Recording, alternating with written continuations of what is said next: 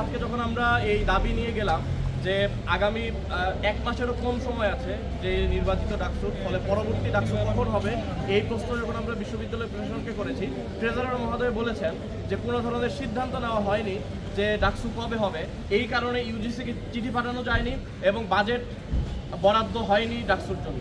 অথচ আমরা ডাকসুর যে বাজেট, এই বাজেট নিয়ে একদম এই ডাকসুর শুরু থেকে কথা বলে আসছি, কিন্তু দুঃখজনকভাবে হলেও সত্য পরবর্তী ডাকসু তারা কিভাবে বাস্তবায়ন করবেন সেই বিষয়ে এখন পর্যন্ত তারা কোনো সিদ্ধান্ত নিতে পারেননি।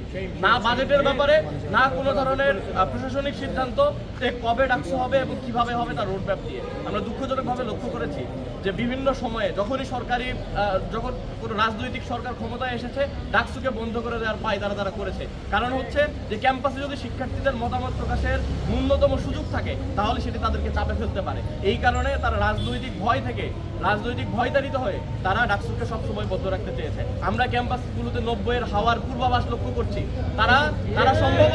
তারা সম্ভবত ডাকসুকে বন্ধ করে আগের মতো পরিকল্পনা করছে। কিন্তু আমরা জানাই দিতে চাই, আজকে আমরা যেমন দাবি তুলেছি এই দাবি আমরা আদায় করেই ছাড়ব। আমরা বলতে চাই যে ডাকসু অবশ্যই বাস্তবায়ন করতে হবে, সেটা যেভাবে বাস্তবায়ন করবে সেটা প্রশাসনের ব্যাপার। ডাকসু শিক্ষার্থীদের অধিকার, আমরা শিক্ষার্থীদের সেই অধিকার বাস্তবায়ন করেই ছাড়ব। দ্বিতীয় যে বিষয়ে আমরা কথা বলেছি সেটি হচ্ছে